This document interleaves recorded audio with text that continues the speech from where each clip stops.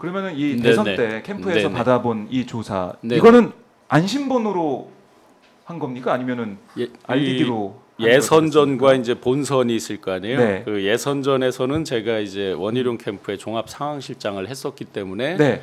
그 57만 당원 명부를 받았어요. 지난번에 말씀하셨죠. 네, 그 전때 이제 9월 15일 날은 약 38만 명의 당원 명부를 네. 좀 전에 말씀하신 대로 안심번호 형태로 받았어요. 그런데 이제 거기에 뭐 이택수 대표님이 아주 잘 딱 보면 아 이걸 갖고 장난치려면 어떻게 치겠구나 아주 이해할 정도로 각 구별로 예를 들어 서울시 종로구 김땡땡 남여 네. 안심번호 있고 책임당원 여부 이런 게 표시가 됐던 걸로 기억이 되거든요.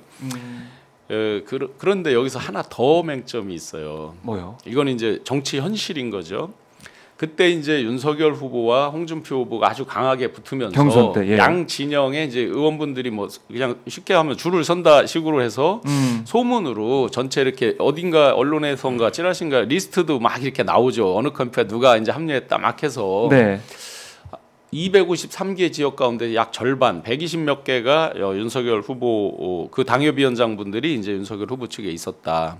그러면 현실적으로 보면 뭐 그게 합법이다 불법이다 여부를 떠나서 현실적으로 보면 각 당협위원장분들이 자기 진영에 와 있는 건 받기는 안심번호를 받았지만 실번호를 거의 안다.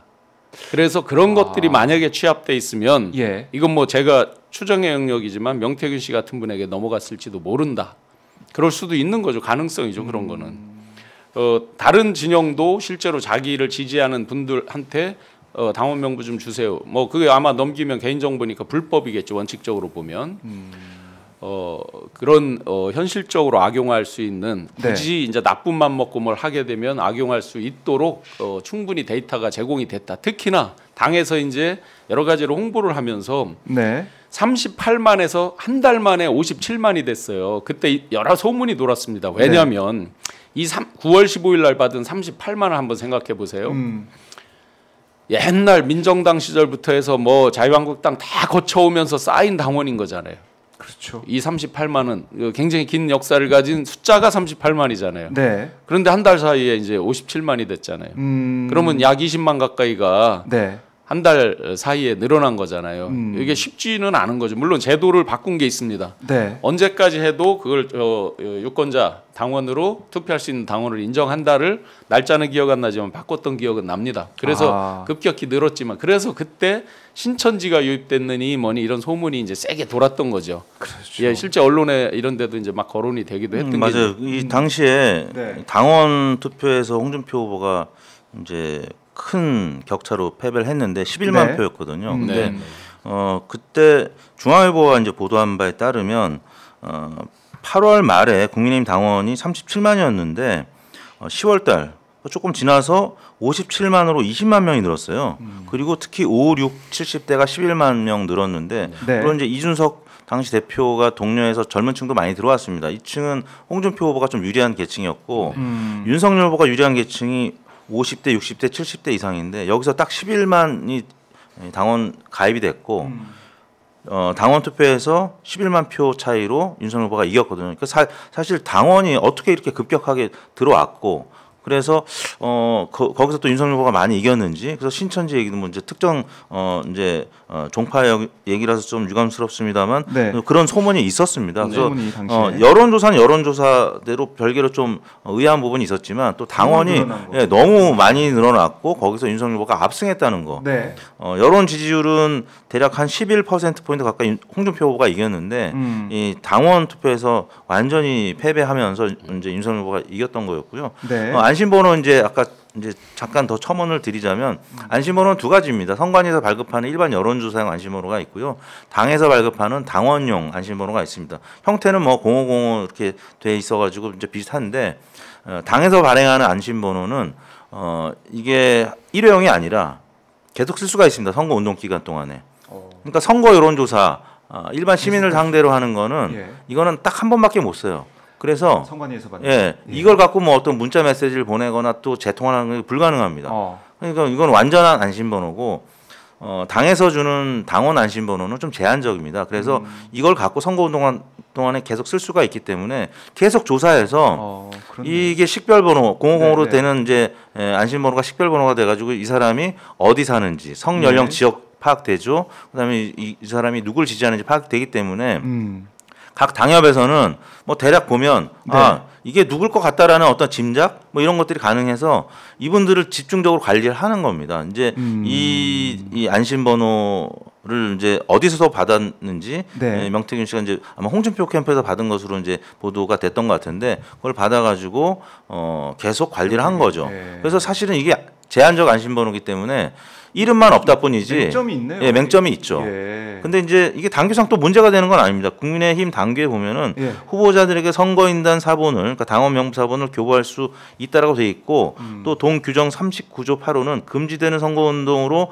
여론조사 결과를 공표하거나 제시, 배포하는 행위 또는 여론사를 빙자한 선거운동 행위를 못하게 규정하고 있을 뿐이다라고 해서 여론조사 할 수 있고 공표 보도만 못하게 돼 있는 거예요. 그래서 이제 이거를 굉장히 많이들 활용을 하죠. 네. 그리고 거기에 이제 한 가지를 이제 뭐 다 아시는 건데 더해서 이제 선거운동을 할 때 그 마지막 한 분으로 이제 후보를 그 정하기 전에 지금 말씀하신 대로 20일의 사용 기간을 주었거든요. 그러면 일주일에 한 번씩 해도 3번은 했을 거고 좀 더 자주 하면 한 5번 정도 할 수도 있었겠죠. 아마 더 많이 했을 수도 있고요.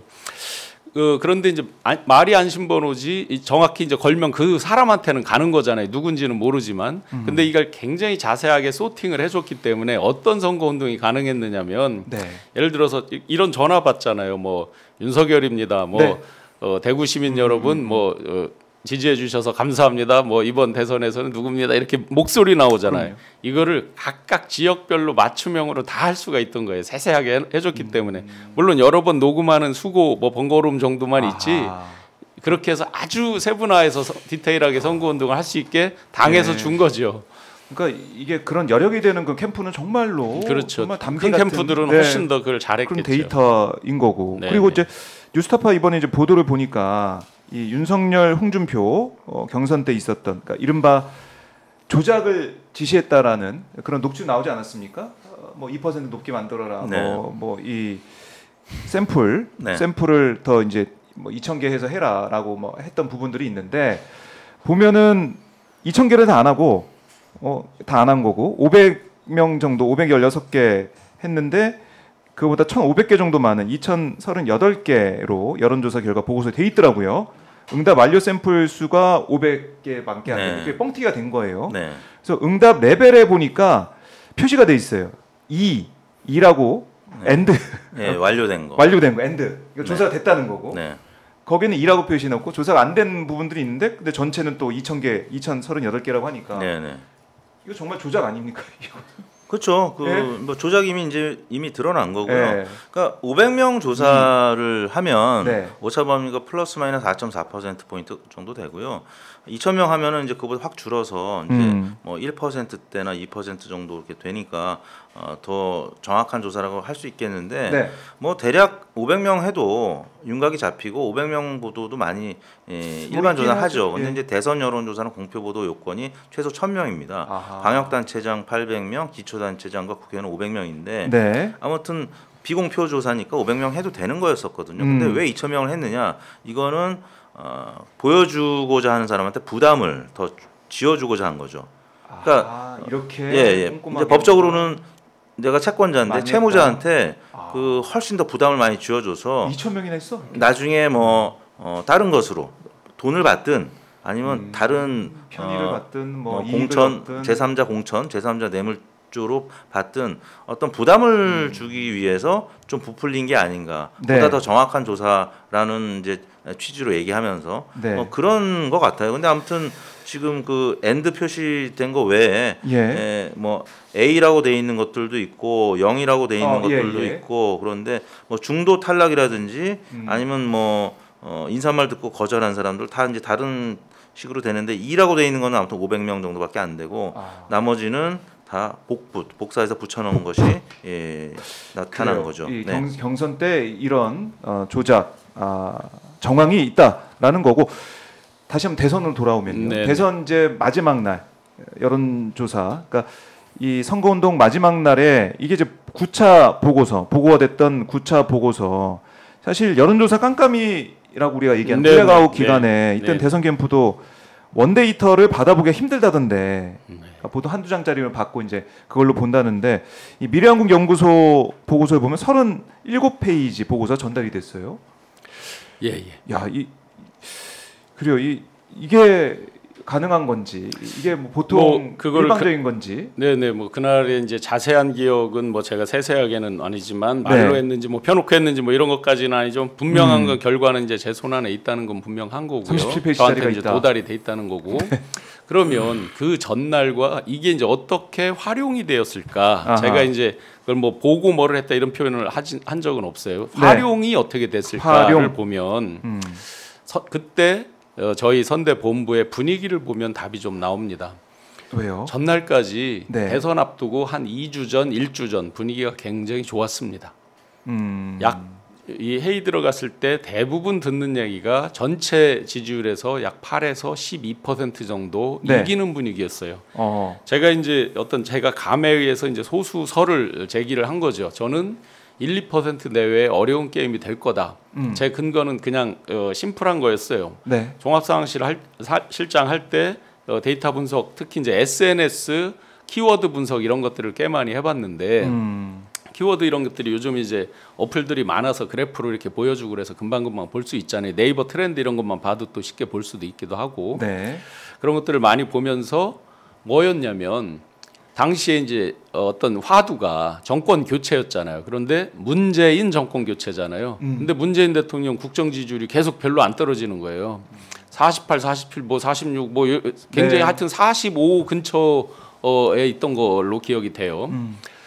윤석열 후보가 압도적으로 그거를 이렇게 확 넘어가고 확 이기거나 이렇게 되질 않는 거예요. 그러면 1대 2로 싸워야 되는 거죠. 논리적으로만 보면 입체적으로 그래서 상대 후보였던 이재명 후보, 문재인 대통령 국정 지지 이거를 입체적으로 놓고 같이 분석해 보면 아마 1, 2% 내외 굉장히 어려운 싸움이 될 겁니다. 등등등을 주변에 많이 얘기를 했는데 뭐 그거는 그때 분위기가 저는 여론조사 기관이 아니고 이런 것들은 그냥 판단의 영역이니까 굉장히 분위기가 좋았어요. 실제로 제 기억에 전날까지도 좋았어요. 그래요. 네네 그거는 저만 그런 얘기를 한 게 아니고 당시 이준석 대표도 어딘가에 언론인가에서 10% 내외 이런 이야기들을 쭉 했던 것 같아요. 그러면은 이준석 대표도 당시 이런 보고서 그건 명태균 모르죠 저는. 보고서를 알고 그건 제가 알 수 없습니다. 그건 전혀 제가 알 수 없는 영역이에요. 근데 어쨌든 이준석 대표도 이제 분위기가 굉장히 분위기 좋은 거로 어디서 얘기를 했다고 해요. 그런데 이제 당일날 오전에 후보께서 직접 이제 비상 빨리 이거 해서 상황 체크하라고 해서 난리가 났던 거예요. 왜 그러느냐? 보고서만 보면 되는 건데 왜 그랬을까요? 뭐냐면 이거는 이제 여러 분석과 또 추정 이런 부분이 섞여 있겠죠. 뭐였냐면 그날 선거가 6시부터 오후 6시에 끝나질 않았어요. 공식적으로는 7시 반이었지만 8시까지도 계속했어요. 코로나 걸린 분들 별도로 하면서 뭐 소쿠리에 담았니 뭐니 해서 여러 비판도 받았었죠. 아침에 보통은 이제 출구조사 현장에서 당의 관계자가 옆에서 이렇게 하는 걸 봐요. 근데 분위기가 이상하다. 그 다음에 생각보다 투표율이 어르신들이 많이 나와야 그 당시 국민의힘이 좀 더 유리했을 텐데 생각보다 어르신들이 새벽부터 막 투표를 하는데 생각보다 투표율이 낮다 등등등. 그래서 설마 했던 게 이제 막 터지기 시작하는데 이 9차 보고서를 잘 이렇게 뜯어 보시면 뭐가 있냐면요. 일반 그냥 5천 샘플에서 여론조사 탁 한 걸로는 9.1%인가가 윤석열 후보가 이기는 걸로 나와요. 제가 이번에 다시 보니까 이제 숫자가 정확히 기억이 나는데 9.1%. 예, 9.1% 이기는 걸로 나오지만 사전 투표를 한 분에 대한 여론조사가 사전 투표 한 분이 2,800명이에요. 이게 2,200여 명. 여기 한 6%가 지는 걸로 나와요. 그러면 이건 제 추정이지만 이 대표님이 잘할 것 같은데 사전 투표를 한 사람은 이미 자기가 한 투표에 대한 응답이잖아요. 제가 예를 들어서 이재명 후보를 찍고 윤석열 후보라고 응답할 확률은 적을 거 아니에요. 그렇죠. 했으니까. 예, 이미 한 건데 뭐. 그래서 그거를 이렇게 가중을 해보면 합산해서 뭐 어떤 보정이 아니고 그냥 단순 합산을 해보면 이건 잘못하면 진다예요. 그런데 그 전까지도 아마 그런 분석이 있었겠죠. 9차니까 그 앞에 8차까지도 있었겠죠. 없지는 사전 투표를 3월 3, 4일에 했어요. 본 투표는 3월 9일이고 그러면 최소한 3월 5, 6, 7 이때도 이런 걸 했을 가능성이 있어요. 거기에도 그런데 이랬겠죠. 에이 설마 했겠죠. 설마. 보통은. 근데 마지막 날 현장에서 보니까 난리가 났겠죠. 안 좋았다. 제가 다이어리를 찾아봤어요. 네. 다이어리에 제가 전략 조정회 일일 상황 점검 회의가 다 대부분 적혀 있어요. 당일날 회의는 10시로 적혀 있어요. 네. 그건 뭐냐면 그 전날 밤 12시까지 선거운동들 다들 열심히 했잖아요. 그렇죠. 조금 늦잠 자고 뭐 편하게 뭐 이렇게 해도 된다 뭐 이런 거일 수도 있고 네. 뭐 어쨌든 투표 당일날 새벽에 투표 현장 동료 이런 거 하다가 중간에 상황 점검 회의를 할 수도 있고 그렇죠. 네. 제 어쨌든 다이어리에는 회의가 한 번 적혀 있더라고요. 근데 그날 제 기억이 한 3번 했던 것 같아요. 네. 뭐냐면 정확히 기억나요. 후보가 이건 직접 저기로 해서 비상이다. 빨리 각각 지역에 저조한 데가 어디냐 빨리 투표 동료해라 이런 저기가 많았는데 그 근거가 여러 가지 있던 중에 이 명태균 씨 보고서도 상당히 영향을 미쳤을 거예요. 네. 자 대표님 이게 사실은 이제 9차 보고서만 보면은 이기는 걸로 나왔는데 근데 봤더니 사전 투표 한 사람들은 좀 분위기가 달랐고 현장 분위기가 달라가지고 비상에 걸렸다라는 건데 이거 당시 분위기가 좀 어땠습니까? 블랙아웃 기간이 이제 우리나라에만 있잖아요. 블랙아웃. 6일이나 이제 여론조사 했던 걸 공표 보도 못 하기 때문에 근데 여론조사 기관들은 자체적으로 합니다. 근데 블랙아웃 기간 동안에 양 후보의 격차가 많이 줄었어요. 왜냐하면 안철수 후보하고 윤석열 후보가 단일화를 막바지에 했기 때문에. 네. 근데 그 두 후보의 단일화가 오히려 이재명 지지층을 결집시키는 마치 노무현 후보 당시에 정몽준 후보가 지지 철회하면서 노무현 후보 지지자들이 대거 투표장에 나왔던 것처럼 그때 당시의 분위기가 오히려 윤석열 안철수 후보 단일화 이후에 윤석열 이재명 후보의 지지율이 많이 격차 줄었습니다. 팽팽한 오차 범위의 접전으로 줄었는데 우리는 이제 보도를 못했죠. 그래서 이제 일각에서는 안철수 후보하고 단일화됐기 때문에 박빙으로 이겼다고 하는 건데 저의 이제 소견으로는 오히려 단일화했기 때문에 격차가 확 줄었다라고 이제 보는 것이고 사전 투표는 뭐 아시다시피 민주당에서 많이 투표를 하기 때문에 많이 네. 이겼죠. 그래서 이 여론조사 결과는 오히려 지금 격차가 다른 데보다는 좀 큽니다. 왜냐하면 사실 심기경을 해요. 제가 이제 선배들로부터 여론사 업계에 있는 선배들로부터 들은 바로는 후보들한테는 좋은 걸로 제공을 하죠. 왜냐하면 굉장히 안 좋습니다. 질 수도 있습니다라고 해서 만약에 졌다고 보고를 했는데 당선돼봐요. 예, 네. 인수에 못 들어갑니다. 근데 질 것 같아도 이길 수 있습니다라고 이제 심기 경호용 보고서를 따로 뭐 투표율 감안 그래서 보정을 해서 이제 보고를 했는데 만약에 당선이 되면 네. 그때부터는 얘는 이제 충신이 돼서 인수위에 아주 고위직으로 들어갈 수 있거든요. 그렇기 때문에 이것도 사실은 9% 차이면 격차가 사실 많이 난 거고요. 다른 조사기관들은 블랙아웃 기간 동안에 오차 범위 내로 확 줄었었던 건 분명하고, 예, 근데 사전 투표 때문에 그리고 현장 분위기 때문에 굉장히 비상에 걸렸던 거는 사실. 그때 저도 기억이 나는데 사실인 건 맞습니다. 아 그래요. 자, 뭐 돌아보면 대선 국면에서 이 P&R 조사, 네. 뭐 이런 것들이 어떻게 보면 밴드웨건 효과를 불리는 게 아니냐. 분명히 있을 수 있죠. 그 사실은 여론 조작 가능성 우리가 계속 얘기를 했지만은 이게 중요하게 여론을 다르게 만들고 결과도 대선 결과 좀 다르게 맞는 거 아니야 이런 의구심을 가지고 있기 때문에 뭐 적어도 현재까지 드러난 바로는 공표 보도라고 하지 않은 비공표용 여론조사의 경우에는 조작이 됐고 그게 공표가 됐잖아요. 보도는 안 됐지만 여러 사람들이 이게 조직을 통해서 쫙 퍼지거든요. 사실 이런 부분이 영향을 밴드웨건 효과를 미세하게라도 미칠 수 있죠. 근데 대선에서 1% 미만으로 차이가 난 결과를 감안하면 이건 심각한 영향을 미쳤다고 봐야 되겠죠. 그렇네요. 그러니까 여론 구체적으로 뭐 굳이 저 용어를 하면 여론 조성 목적이겠죠. 여론 조성. 예, 여론 조사가 아니라 이제 조성 목적이겠죠. 특히나 이제 제가 앞전 그 뭐 8차까지 있는 건 다 일일이 모르지만 기억이 안 나지만 그 트렌드가 있었을 것 같아요. 일정한 어떤 예를 들어서 더 벌어졌든지 아니면 일정하게 유지했든지 정도의 뭐 지금 심기경호 이제 이렇게 말씀 주셨지만 이렇게는 아니었을 것 같아요. 느낌에는. 왜냐하면 그럼 기분 나빴을 것 같고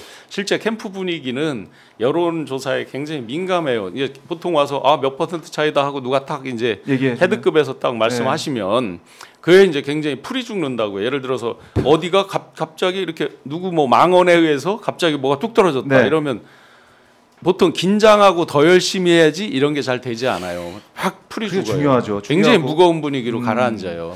국민들의 여론에도 큰 영향을 미치는 건 사실이고, 네. 그러니까 그러다 보니까 지금 야권에서 나오는 얘기는 이 도둑 맞은 대선이다. 네. 이런 얘기까지 나오는 거 아니겠습니까? 그렇죠. 이제 경선 자체도 좀 의혹이 보면은 있는 거고. 아까 우리가 봤던 네네. 네. 그리고 조작을. 본선 자체도 네. 이런 여론 조성을 위한 건지는 모르겠는데 실제 비공표 보도 조사에서 아무튼 이런 부분들이 있었고 또 당시에 더 있을 수도 있기 때문에 네. 그래서 경선, 본선 모두 여론 조작의 가능성이 있다. 그럼 만약에 그게 사실이라면 도둑 맞은 거라고 주장할 수 있죠, 민주당 네. 측에서는.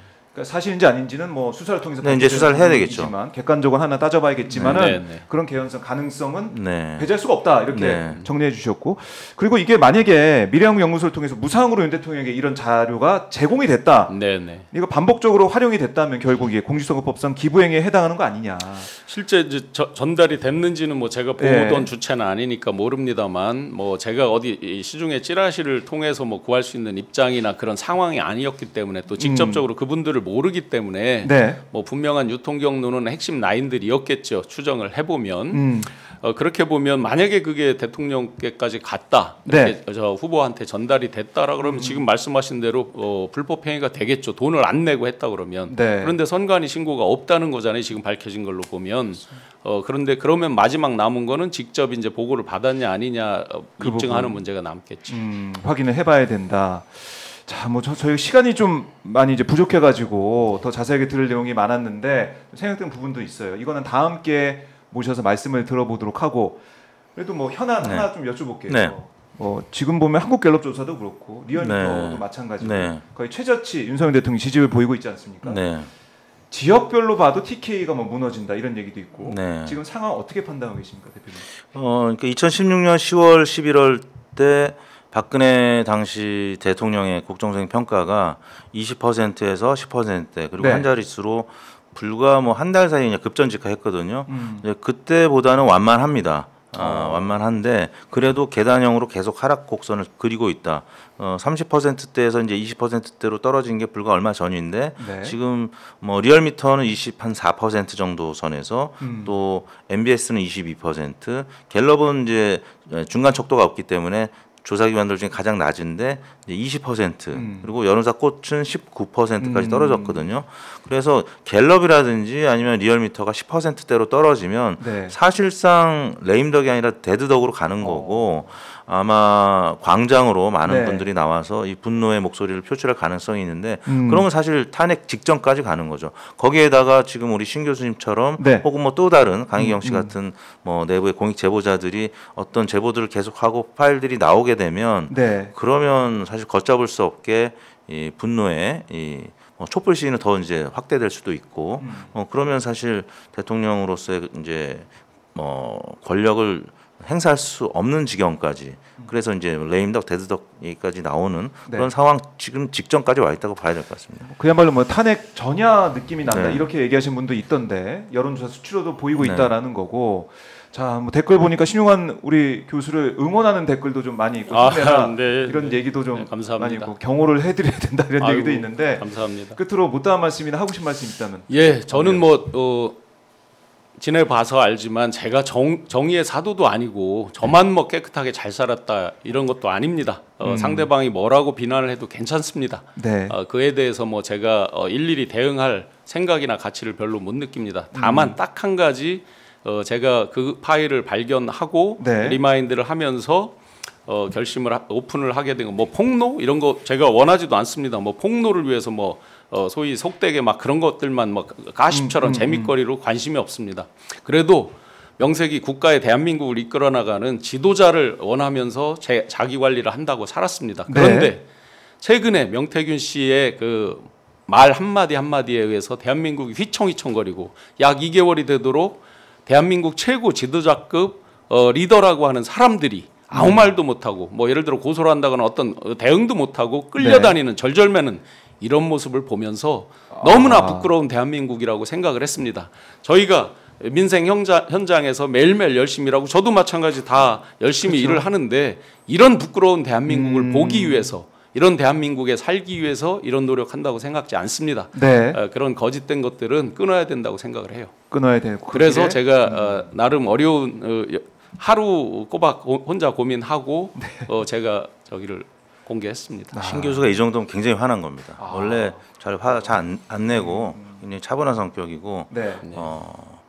우리 친구들이 봤을 때 딱 학자 스타일이에요. 그리고 이제 주요 또 관직도 했었고, 근데 네. 굉장히 지금 화가 난 표정 같네요. 예. 화가 난 표정. 네. 그리고 힘내세요. 분노, 아마 네. 이제 국민들이 고맙습니다. 다 느끼고 있고 응원을 많이 하실 것 같습니다. 네. 두 분 오늘 말씀 잘 들었습니다. 네, 고맙습니다. 고맙습니다.